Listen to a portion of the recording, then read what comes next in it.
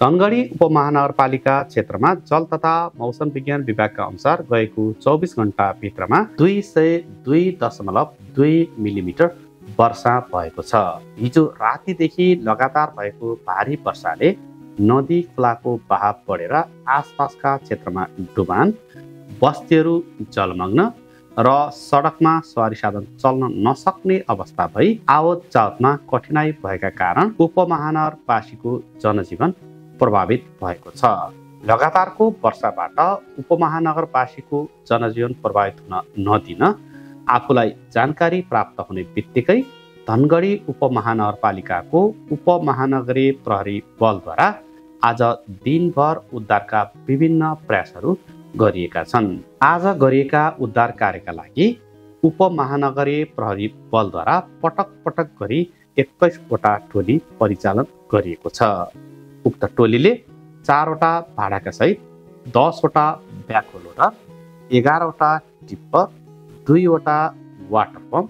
एउटा र्याफ्ट बोट र अन्य आवश्यक उद्धार सामग्रीहरूको प्रयोग गरी डुबानबाट प्रभावित व्यक्तिहरूको उद्धार गरेको छ।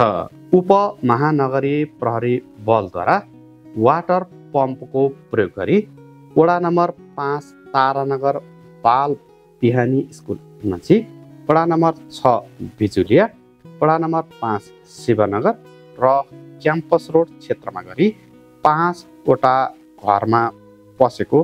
पानीलाई निकास गरेको छ। त्यसै गरी उपमहानगरीय प्रहरी बलद्वारा 4 वटा भाडाका सहित 10 वटा ब्याकहो लोडर प्रयोग गरी वडा नम्बर 6 मोटियारीको 3 ठाउँ, वडा नम्बर 18 डिपो बजारको 2 ठाउँ, वडा नम्बर 1 जिपर्का पुल नजिक 2 ठाउँ, वडा नम्बर 4 तुलसी चोक नजिक 3 ठाउँ, वडा नम्बर 3 बस पार्क र दिपेन्द्र प्रहरी स्कुल नजिक 2 ठाउँ,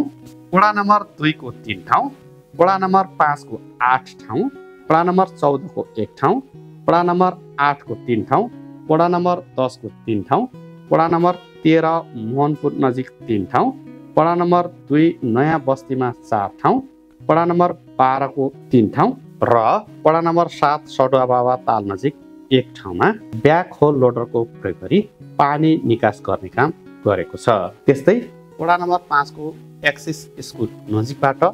डुबानमा परेका 6 जनालाई र्याफ्ट बोट प्रयोग गरेर उद्धार गरिएको छ। यसै गरी उपमहानगरीय प्रहरी बलद्वारा साबेन, पिक लगायतका अन्य आवश्यक उद्धार सामग्रीहरूको प्रयोग गरी चौलानी पुस्तक पसल नजिक, शीतल दुध डेरी नजिक, ऐश्वर्य विद्या निकेतन नजिक, एलेन चोक नजिक र गणेश मन्दिर नजिकबाट पनि उद्धार गरिएको छ। मनसुन सुरु भएसँगै भारी वर्षा हुने र भारी वर्षाका कारण डुबान तथा डुबानका कारण उपमहानगरवासीको जनजीवन प्रभावित हुने घटनाहरू दोहोरी रहने सम्भावना भइरहन्छ। उपमहानगरपालिका उपमहानगरवासीको उद्धारका लागि हमेसा तयारी अवस्थामा भएको छ। यदि यहाँहरूको बस्तीमा डुबान भएमा उद्धारका लागि उपमहानगरीय प्रहरी बलको सम्पर्क नम्बर